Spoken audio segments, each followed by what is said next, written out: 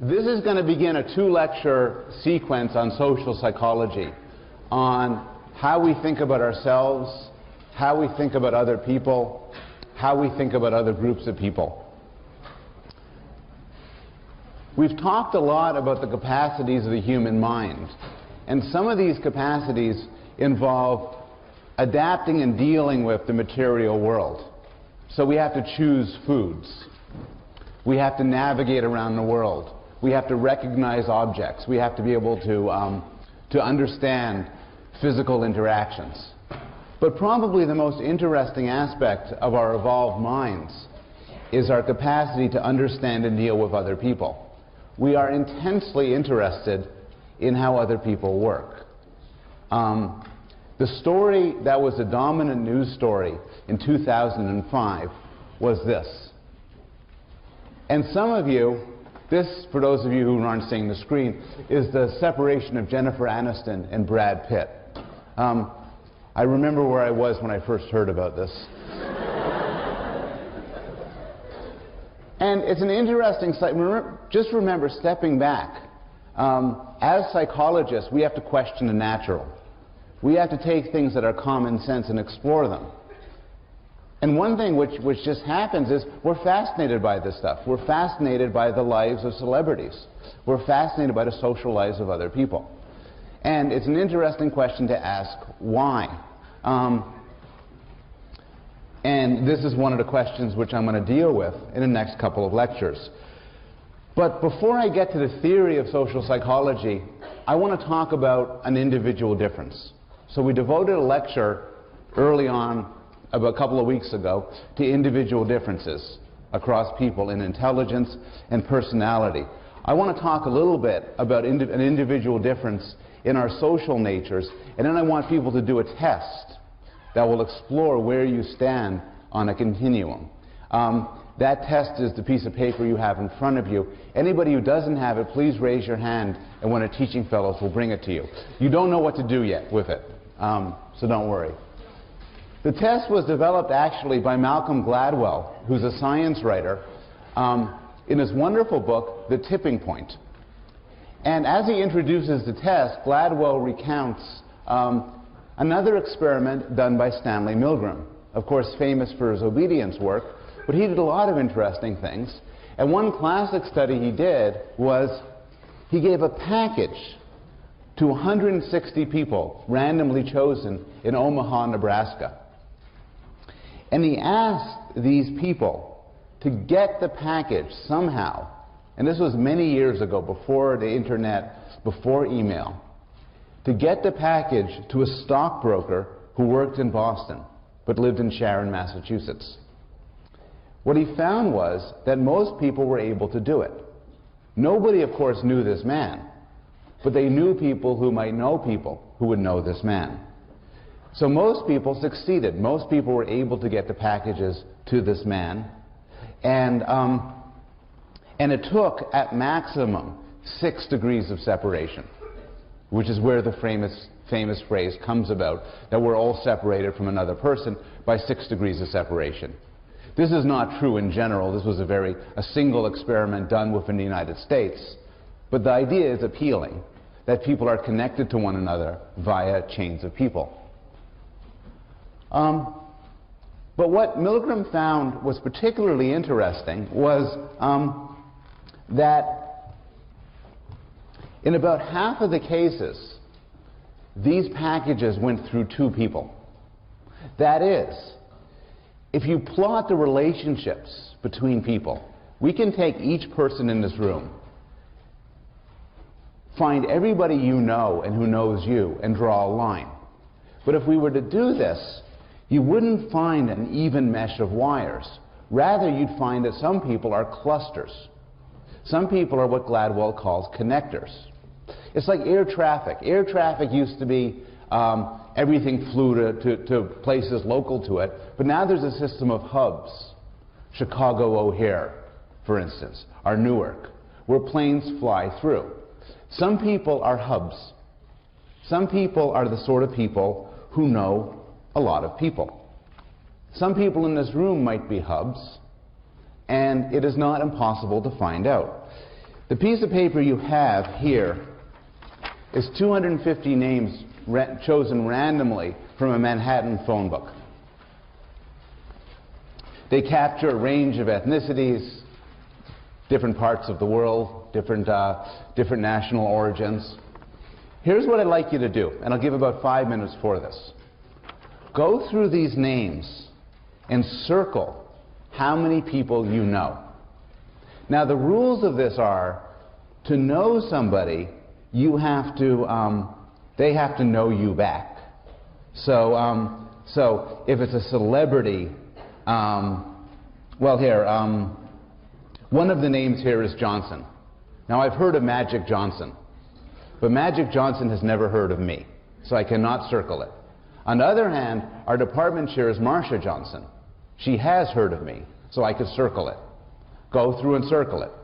Circle all the people you know who know you. Those are the people you're connected to. If you know more than one person with the same last name, circle it twice. If you don't have this piece of paper and you want to participate, please raise your hand and one of the teaching fellows will bring it to you.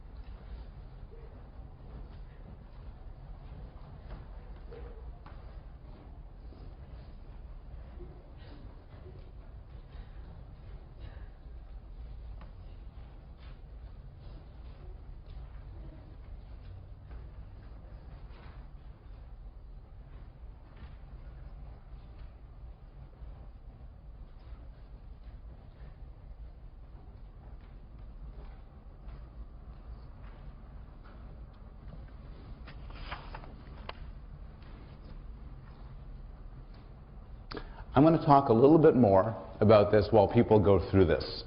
The issue of connections between people is intellectually interesting for many reasons and might allow us to develop some generalizations about how people interact. The game of 6 degrees of separation has, of course, turned into a famous movie trivia thing revolving around the actor Kevin Bacon. I think chosen just because it rhymes with separation. And the game of 6 degrees of Kevin Bacon is played by taking any actor and computing how many steps it would take to get to Kevin Bacon. And some computer scientists have developed this. They've gone through each of the 250,000 actors and actresses on the International Movie Database and computed their Bacon number. And the Bacon number is the number of steps it takes for them to get to Kevin Bacon. So for instance, Ed Asner was in the movie JFK with Kevin Bacon. So Ed Asner has a Bacon number of 1. Elvis Presley was in the movie Change of Habit with Ed Asner. And that's his closest connection to Kevin Bacon. So Elvis Presley has a Bacon number of 2. It turns out that if you look at the 250,000 people on the movie database and compute their Bacon number, the average Bacon number is 2.8. That's how many steps your average person is away from Kevin Bacon. You could then, for any actor or actress, compute the most connected one. So the most connected one would be the one for whom the 250,000 are on average the most connected to.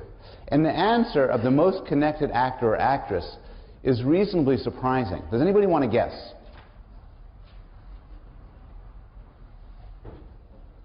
I'll start you off with the wrong answer. And this, by the way, can be found on this website. It's not John Wayne. John Wayne has been in many movies, 180 movies, in fact, over 60 years, but he isn't well connected at all, because mostly he was in Westerns. So we saw the same people over and over again. Meryl Streep also isn't it, because Meryl Streep has the misfortune of playing only in good movies. So she has no connection with people like Adam Sandler and Jean-Claude Van Damme. Guess. Any guesses? Christopher Walken is a good one. We could look it up. I only know a few names here. Christopher Walken is not a finalist. Nicolas Cage is an interesting case. Has Nicolas Cage been in good movies? I don't want to get, I'm going to get more controversial than I want to. Pardon me? The guy who's one step above extra. The most connected guy. The most connected guy? He's like a D-list actor at best. The most connected guy, and I think this shows that you're right, is Rod Steiger. He's the most connected actor in the history of acting. Because it isn't that he's been in more movies than everybody else. Michael Caine probably been in most movies of any person on earth.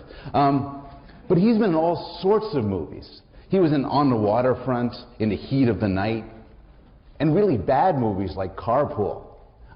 He's been in dramas and crime serials, thrillers, westerns, horror movies, science fiction, musicals. Now, some people are like Rod Steiger. So some people in their day-to-day lives have many interactions. And I think one of the things we know from interacting with people is we can distinguish them from other people. How many people are finished their things right now? Okay. I know one person in a department who is one of the most connected people I know on earth. If I really had to talk to Rumsfeld, I'd go to this person and say, can you get me in touch with Rumsfeld? If I wanted to get somebody whacked, I'd ask this guy. Then I know someone else in the department, and as best I know, I'm the only person she knows. So, how many people scores below 10 on this? How many between 10 and 20? Between 20 and 30? 30 and 40? Between 40 and 50? 50 and 60? How many people scored above 60? Anybody above 60? Gladwell's done this in a lot of places. The average is 21 among a college crowd. Some people score as high as over 100. The older you are, the higher you tend to score. Maybe obviously not. The longer you've been in the country, the higher you tend to score. Journalists tend to score reasonably high. Academics, not so high. But what Gladwell points out is some people have the gifts. Some people are more social than others. And this connects in all sorts of interesting ways. The issue of connection has social factors. And it's one answer that sociologists give for why it's good to go to Yale. So, one answer is, well, because of the great intellectual benefits. Put that aside. Let's be more cynical here. Another answer is that you develop powerful friends. And that's closer. But the interesting answer sociologists come to is, it's not so much you develop powerful friends. Rather, you develop powerful acquaintances. Through Yale, you know a lot of people. And they don't have to be your close friends, but they're acquaintances. And sociologists point out that for a lot of aspects of your life, like getting a job, acquaintances matter. Connections matter. And the connections you establish by going to a place like Yale hold you in good stead for the rest of your life, above and beyond any intellectual qualities that this place may offer. Here's what we're going to do for next lecture and a half, 2 lectures. We're first going to talk about the self. Then we're going to talk about the self and other. Basically, differences between how we think of ourselves and how we think about other people. Then we're going to talk exclusively about how we think about other people. And then we'll talk about how we think about groups, like Harvard students, or gay people, or black people. I'll start with my favorite finding of all time. And this is about the self. And this is about the spotlight effect. So, my mornings are often rushed because I have 2 kids, so I get up, and sometimes I don't set the alarm, and I get up late. I stagger out of bed, I wake the kids, I greet the servants, I get ready, I make breakfast, I run out of the house, and then usually around 3 o'clock somebody points out, in one case a homeless man, that I have a big glob of shaving cream in my ear. Or it's because I neglected to actually look in the mirror while I shaved. Or I once been to a party and I found my shirt was misaligned. Seriously misaligned, not one button, but anyway. So I feel when this happens, I'm very mature, and I basically feel this is the end of the world. This is humiliating, and everybody notices. And so the question is, how many people notice when something happens? And the spotlight effect, well, before talking about my favorite experiment ever, there's an episode of The Simpsons that provides a beautiful illustration of the spotlight effect. And then it has a beautiful illustration of psychological testing. So I'll give you them quickly, one after the other. So Tom Gilovich, a social psychologist, was interested in the question of the spotlight effect, which is when we wear a pink shirt to work, shaving cream in our ear, whatever, do we systematically overestimate how much other people notice? He did a series of experiments, and in one experiment what he did was he got in subjects, standard intro psych drill, and said, I want you to wear a t-shirt for the next day, and I want it to have a picture on it.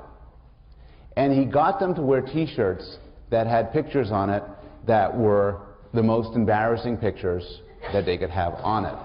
It turns out that if you ask people what's the worst picture to have on a t-shirt that you're wearing, the #1 answer is Hitler, tied with Barry Manilow.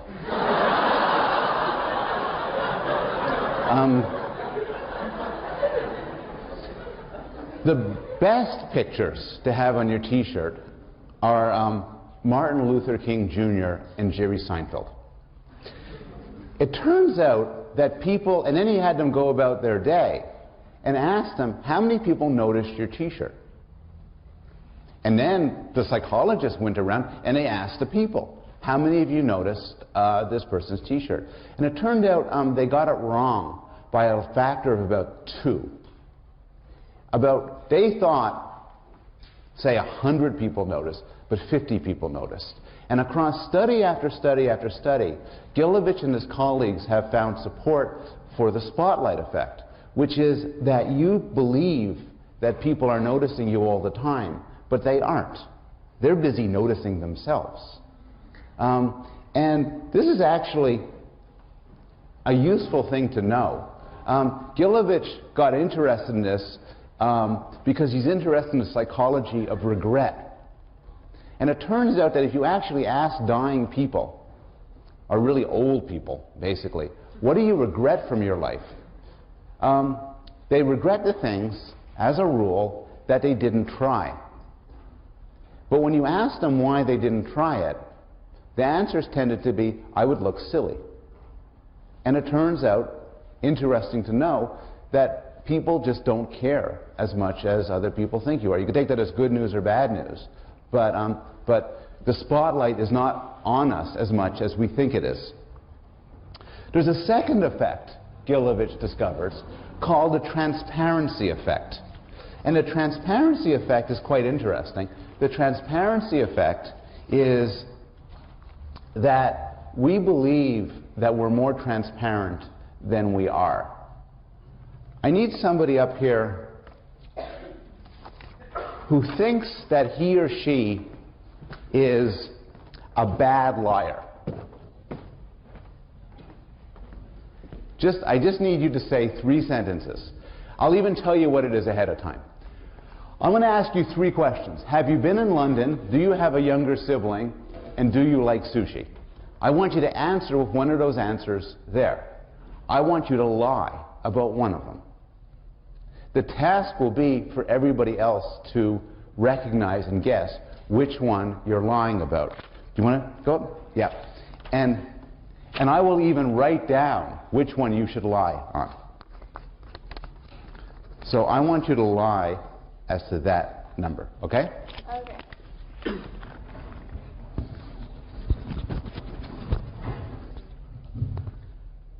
Have you ever been in London? No, I've not been in London. Do you have a younger sibling? Yes, I have a younger sibling. Do you like sushi? No, I do not like sushi. Okay, let's have a vote. She was lying about one of them. Who votes for 1? Who votes for 2? Who votes for 3? Pretty much of a tie between 2 and 3. You could say which one you were lying. 3. The effect, there are 2 aspects of the effect. One aspect is people are actually quite good at lying. It is a rare person who couldn't stand up there and everybody would figure out what they're lying about. But the transparency effect is we don't feel that way. We often feel like things bleed out of us. And so people will systematically overestimate the extent to which other people notice their secrets. And this is actually, in general, why it's sometimes difficult to teach or to tell stories, because we constantly overestimate how much other people know. We think of ourselves as more transparent than we are. A second social psychological phenomena is you think you're terrific. If I ask people, how well are you doing in intro psych this semester? And I asked you to give yourself a percentage rating relative to the rest of the class, then if everybody was accurate, or at least not systematically biased, the number should add up to 50%. I mean, roughly half of you are doing better than average, and roughly half of you are doing worse than average. It turns out, though, that people will systematically and dramatically view themselves as better than average. They will view themselves as better than average when asked how good they are as a student, as a teacher, as a lover, and particularly as a driver. Everybody who drives thinks that he or she is a wonderful driver. This has been called the Lake Wobegon effect, based on Garrison Keillor's story about a place where older children are above average. And the Lake Wobegon effect in psychology involves a systematic bias to see ourselves as better than average. What psychologists don't really know is why the Lake Wobegon effect exists. And there are a couple of proposals. One is the nature of the feedback we get. So for a lot of aspects of your life, you only get feedback when you're good, when you do something good. In a normal, productive, healthy, happy environment, people don't scream at you about how bad you're doing, but they compliment how good you are. And that could lead to an inflated self-esteem on the part of people in certain domains. Another possibility is there's different criteria for goodness. For a driver, for instance, when I ask you to rank how good you are as a driver, what people often do is they say, I'm better than average. But what they do is they focus on one aspect of their driving. So some of you might say, hey, I'm just a great parallel parker. I'm a great driver. Others might say, I'm very careful. Great driver. Others might say, I take chances no one else will. Great driver. But above and beyond that, there does seem to be a psychological effect manifested here and manifested elsewhere, which is a motivation to feel good about yourself. You think you're important, which is why the spotlight effect exists. You think your thoughts bleed out, which is why the transparency effect exists. But above and beyond that, in a normal, healthy mind, you think you're terrific. And so this shows up in all sorts of ways. It shows up as well in what's been called a self-serving bias. Half of you did above average on the midterm.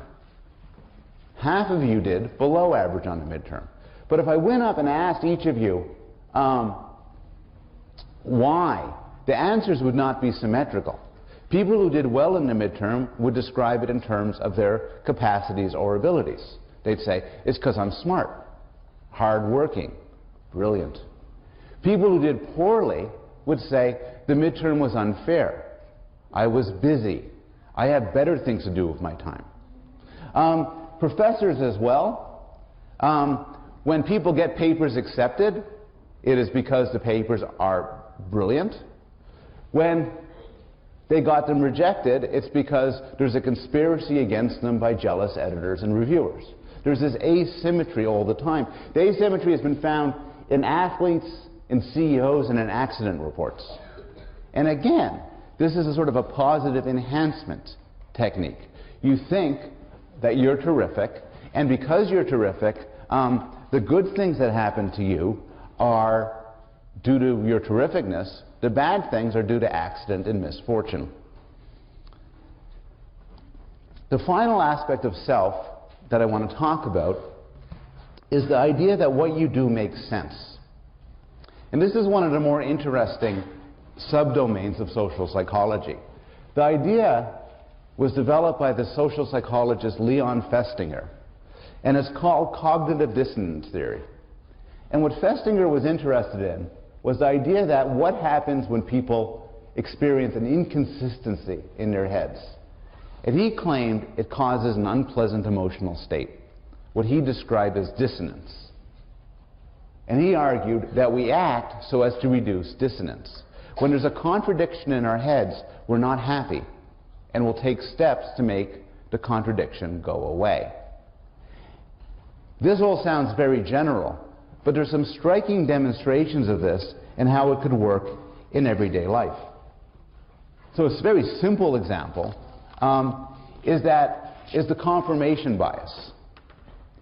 Some of you are politically right-wing, some of you are politically left-wing.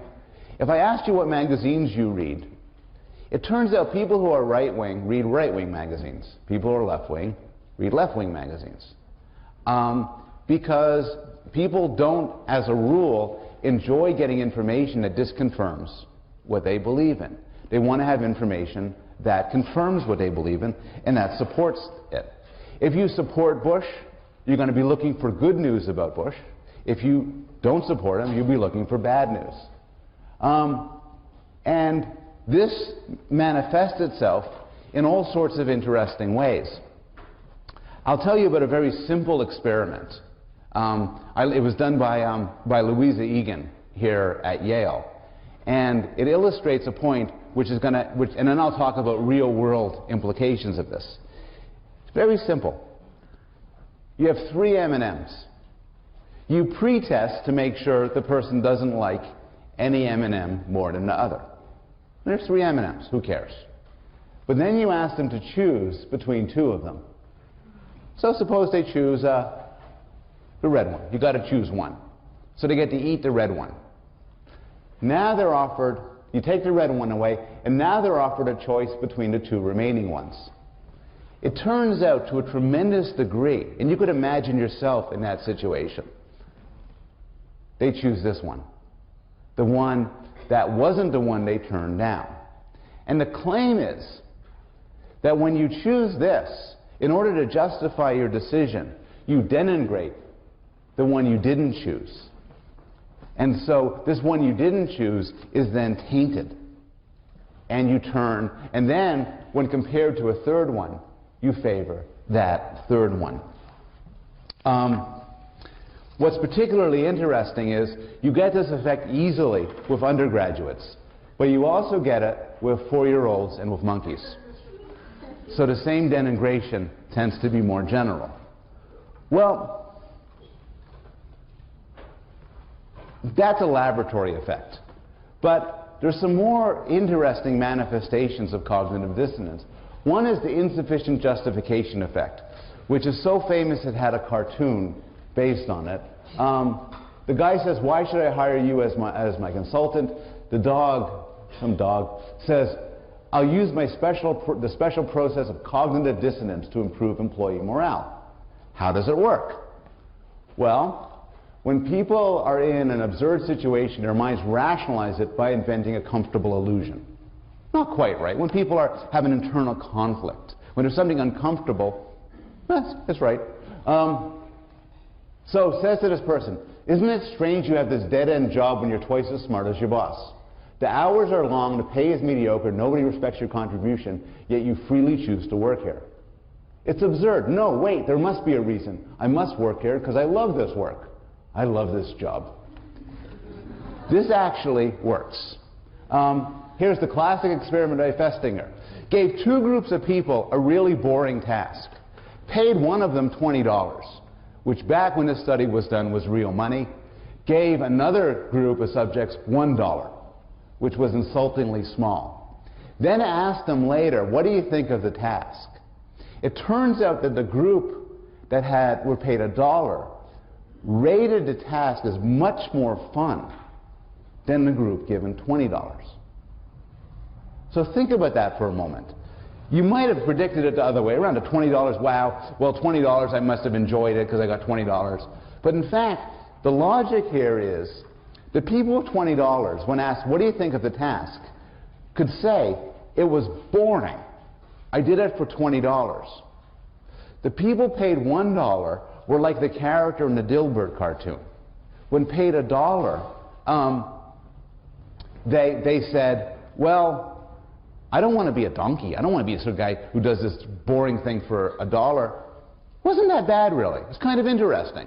I learned a lot," to justify what they did. This has a lot of real-world implications. Festinger did a wonderful study with people, a group of people, and he wrote this up in a book called When Prophecy Fails, who were convinced that the world was going to end. So they went on a mountain and they waited for the world to end. They had a certain time and date when the world was going to end. He hung out with them, and then the time passed, and the world didn't end. What people then said, and this is what he was interested in, so people's predictions were totally proven wrong, and they left their families, they gave away their houses, they gave away all their possessions, they lost all their money. But what Festinger found was, they didn't say, "God, I'm such a moron." Rather, they said, "This is fantastic. This shows that us going to the mountain has delayed the ending of the world. And this shows that we're doing exactly the right things. I couldn't have been smarter." And in general, when people devote a lot of energy or money or expense to something, they are extraordinarily resistant to having it proven wrong. Now, people have manipulated cognitive dissonance in all sorts of ways. And for instance, hazing. Hazing is cognitive dissonance at work. Fraternities and med schools and other organizations haze people. What they do is, when people enter the group, they humiliate them, they cause them pain, they cause them various forms of torture and unpleasantness. Why? Well, because it's very successful at getting somebody to like the group. If I join a fraternity, it is also, by the way, illegal. But if I were to join a fraternity and they say, "Welcome to the fraternity, Dr. Bloom. Here, have a mint." And then we have good time and everything, I'm thinking, okay, sounds like a fun idea. But if I join a fraternity and they pour cow poop on my head and make me stand in the rain for a month wearing pantyhose while they throw rocks at me, I then think afterwards, God, I went through a lot of stuff to get into this fraternity. It must be really good.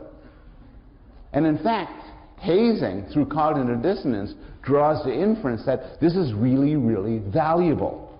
And this is why it exists. If you are running for office, you will tend to have volunteers and not necessarily pay people. One reason for this is obvious. It's cheaper not to pay people. But the other reason is more interesting. If you don't pay people, they are more committed to the cause. Again, it's cognitive dissonance. If you pay me $10,000 a month to work for you, I'll work for you and I'll think, I'm doing it for $10,000 a month. That makes a lot of sense. But if I do it for nothing, then I have to ask myself, why am I doing it? And I will conclude, I must think very highly of you. Therapy for free tends to be useless therapy. This is one, therapists ask for money for all sorts of reasons, including they like money. But one reason why they ask for money is, if you don't pay for therapy, you don't think it has any value. You have to give up something, so cognitive dissonance will lead you then to think that what you are giving it up for has some value. And then you establish a liking for it. Finally, cognitive dissonance shows up with children. One of the most robust and replicated findings in educational or developmental psychology is very simple. You take two groups of kids and you ask them to do something, like draw pictures. Half of the kids you reward. Maybe you give them a sticker or a toy. The other half you don't reward.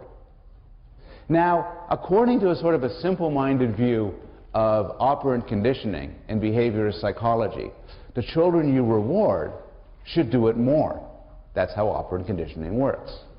In fact, though, the children who you reward later on think that this activity has less value, and they're less likely to do it when there's no reward present. And the idea, again, is the kids who don't get rewarded say to themselves, well, I just spent time doing it, it must have an intrinsic value. While the children who get rewarded say, I did it for the sticker, I did it for the toy, I don't care much for this.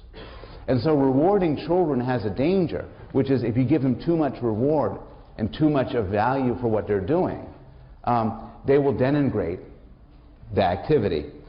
Now, we need to be careful here about what's going on.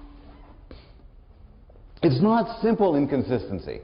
So go back to this insufficient justification effect. So the dollar group rated a task as more fun than the $20 group. And it's true, each group needed a justification for lying about the task. Each group needed a justification for saying how interesting the task was. But they each had a justification. They were each doing it for money, after all. So cognitive dissonance is a little bit more subtle. It's not just that there's a clash. Rather,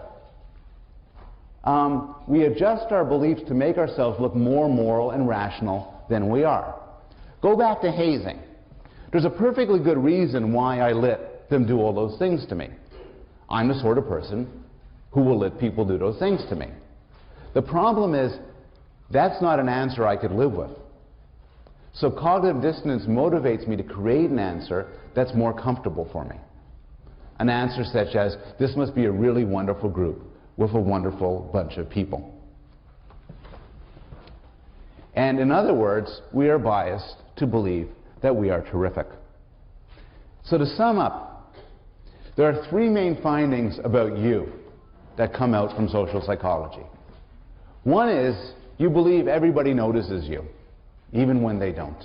You're the hero of your story. The second one is, you're terrific. You are better than average in every possible way, each one of you. And finally, what you do makes sense. If it doesn't make sense, you'll distort. If it doesn't make sense, or more to the point, if it's something that you do that's foolish or makes you look manipulative or cheap, you'll distort it in your head so that it does make sense. I want to move now to how we think about self and other, how we think about ourselves relative to how we think about other people.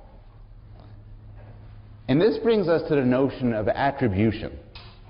So an attribution is a claim about the cause of somebody's behavior. And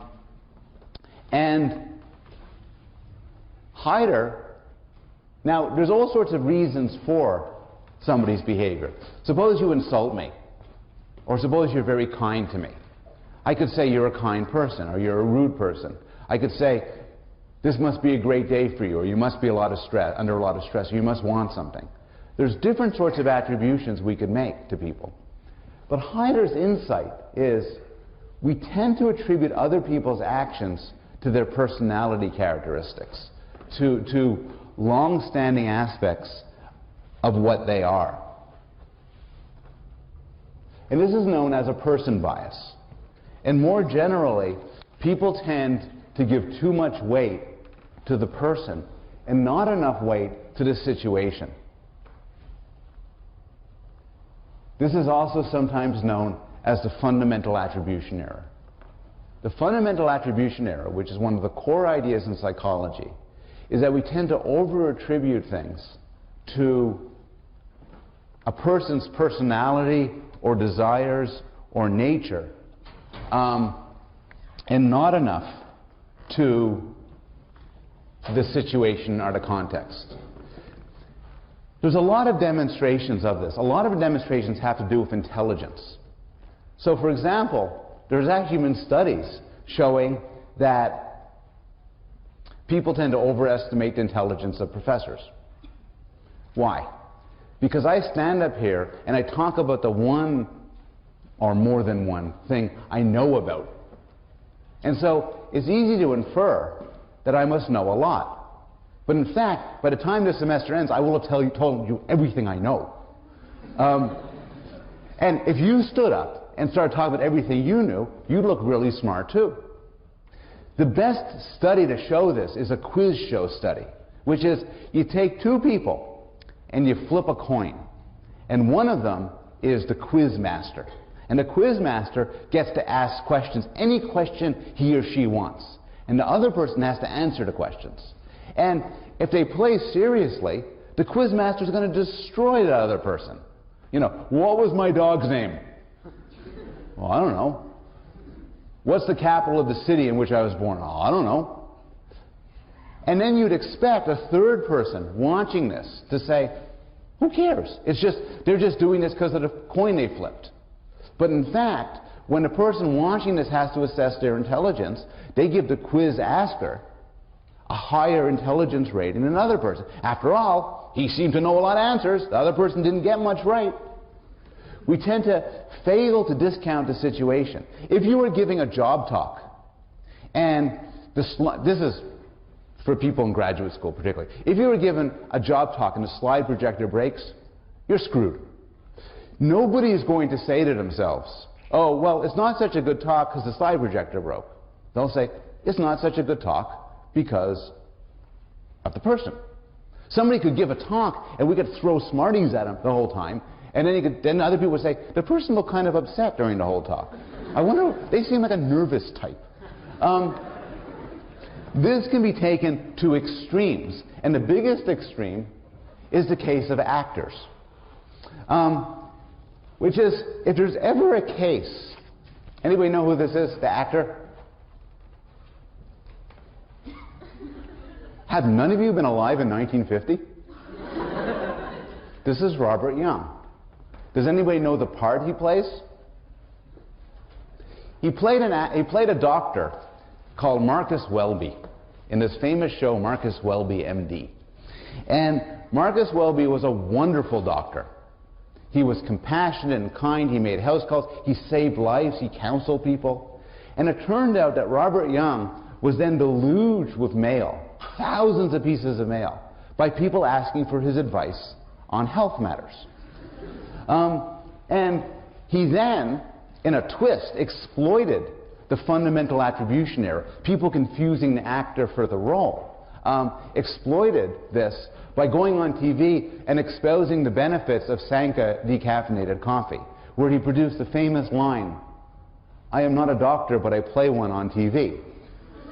Whereupon people heard this and said, well, he must have some authority then about medical matters. It turns out that the confusion between actors and their roles is extremely common. Many people, for instance, view Sylvester Stallone as either an actual hero during the Vietnam War or sort of a hero during the Vietnam War, given all this Rambo stuff. But in fact, of course, he played, he was in a Swiss boarding school teaching girls aged 12 to 15 during the Vietnam War.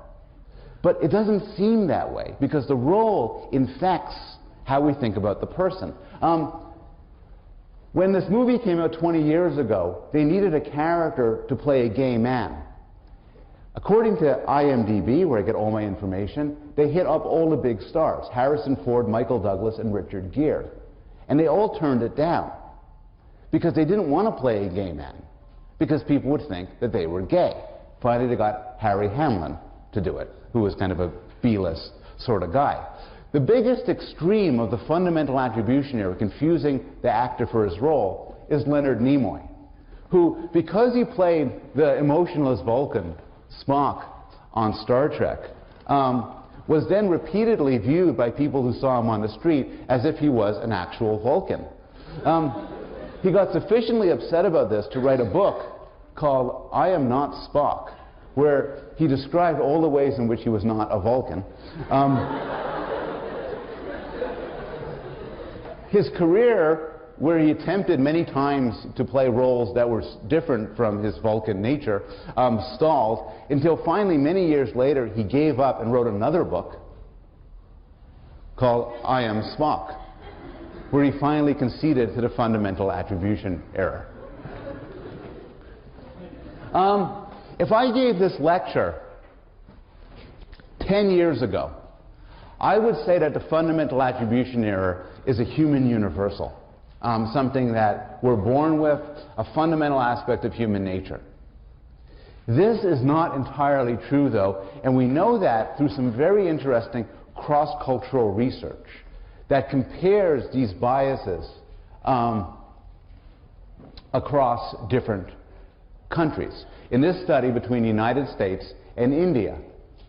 And it turns out that for whatever reason, and it would take another course to talk about the different explanations, but people start off at, say, age 8, not committing the fundamental attribution error.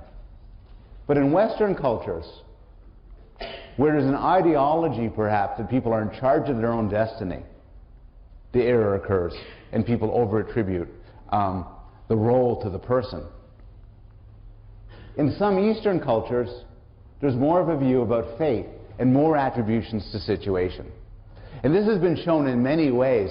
For instance, if you look at newspaper reports about murders, in cultures like the United States, the report tends to emphasize the personal characteristics of the person accused of the murder. In countries like India, the reports tend to emphasize to a greater degree the situation that the person found himself in that might have driven him to commit a murder. So this is an important reminder that just because we find something in our culture, and just because it might well be pervasive, doesn't mean necessarily that it's universal. So, to summarize so far, and we're going to get just a little bit more for the rest of this lecture, we've talked about two morals from social psychology. One is enhancement of the self. But the other is what you could call oversimplification of the other. So we know ourselves that our behavior is due to a complicated cluster of the situation and our personal natures. When things go badly, in fact, we'll blame the situation.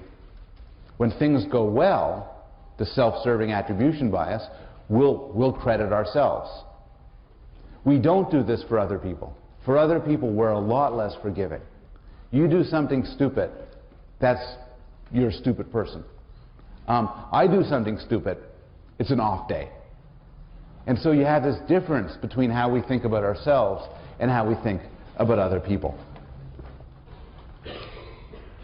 Let's talk a little bit about what we think about other people and start by talking about why we like other people. And here I'm going to some extent, go over material that was raised earlier in the course in Peter Salovey's wonderful lecture. So some of this, our liking of other people, is obvious. And we talked about it in Dean Salovey's lecture. We talked about it when we talked about sexual attractiveness. We like people who are honest, who are kind, who are smart, who are funny. But study after study finds more fundamental processes are also at work. And here's a list of 3 of them. One is proximity. We tend to like people who we're close to, physically, who we are physically and spatially close to, who we spend a lot of time with. In one study, they looked at a housing project in Manhattan, and they asked people where their best friend was.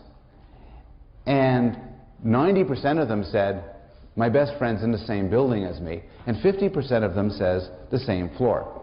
Ask yourself, who's your best friend at Yale? For how many of you is it somebody in your same college? Okay. How many in a different college? So call it a tie, but then there's a lot more colleges that aren't yours than one. How many of you would you say your best friend is somebody you're currently on your same floor? Yeah. If you were going to marry somebody from this class, it is the person you were sitting next to.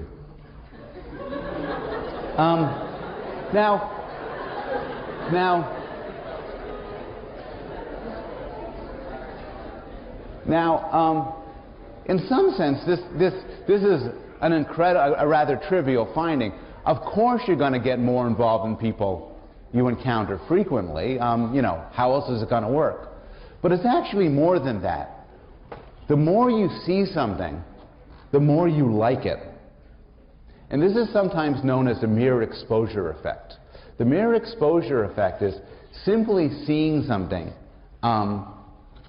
makes it likable, perhaps because it becomes comfortable and safe. In one study by James Cutting, Cutting taught an Introduction to Psychology course. And before each lecture, he'd flash pictures on the screen. He'd have a screensaver showing pictures on the screen, paintings. And wouldn't say anything about them. People would sit down, look at them while they prepared their notes. At the end of the semester, he then asked people to rate different pictures as to how much they liked them. And even though people had no memory of seeing one versus the other, they tend to like the pictures more that they had seen before. They were somehow familiar and somehow more likable. If I showed you a picture of yourself versus a mirrored image of yourself and asked which one you'd like more, the answer is very strong. You'd like your mirror image more, because the mirror image is what you tend to see from day to day. If I showed your best friend a picture of you versus a mirror image picture of you, your best friend would say he or she likes the picture more, because that corresponds to what he or she sees each day. Familiarity is itself a desire for liking, a force for liking. Similarity. We like people who are similar to us. Friends tend to be highly similar to one another. So do husbands and wives. Now, to some extent, similarity is hard to pull apart from proximity. So the fact that you're similar to your friends at Yale might just be because you're close to your friends at Yale, and people who are at Yale tend to be fairly similar to one another. But there's a lot of evidence that similarity above and beyond proximity has an effect on attractiveness and on liking.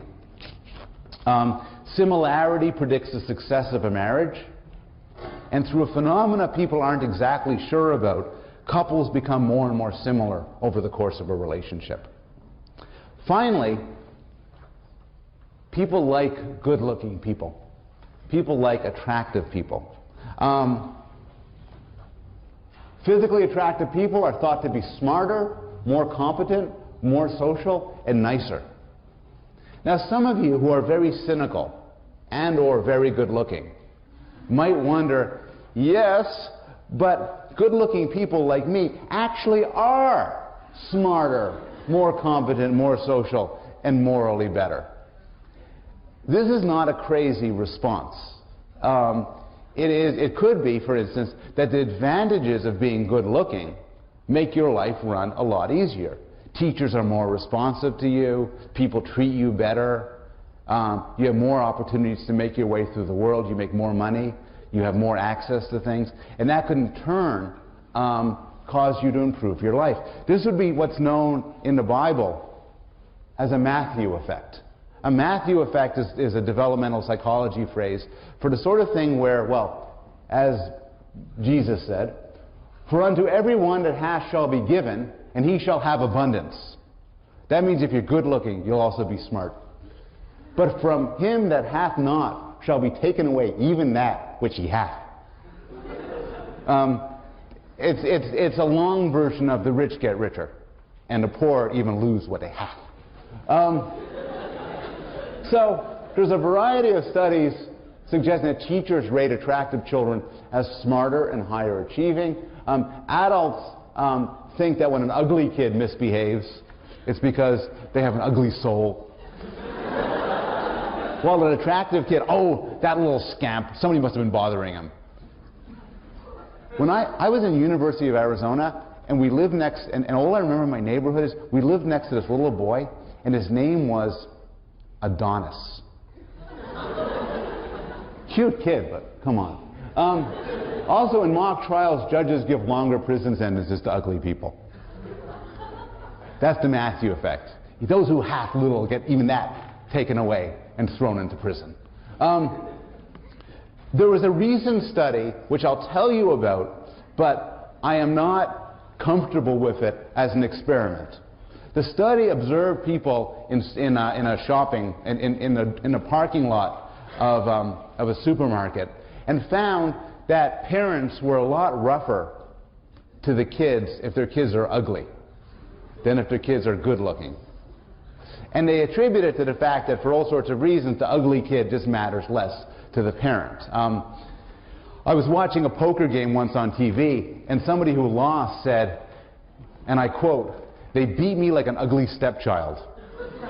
And the fate of the ugly stepchild is in fact not a very good fate. But this is not a good study.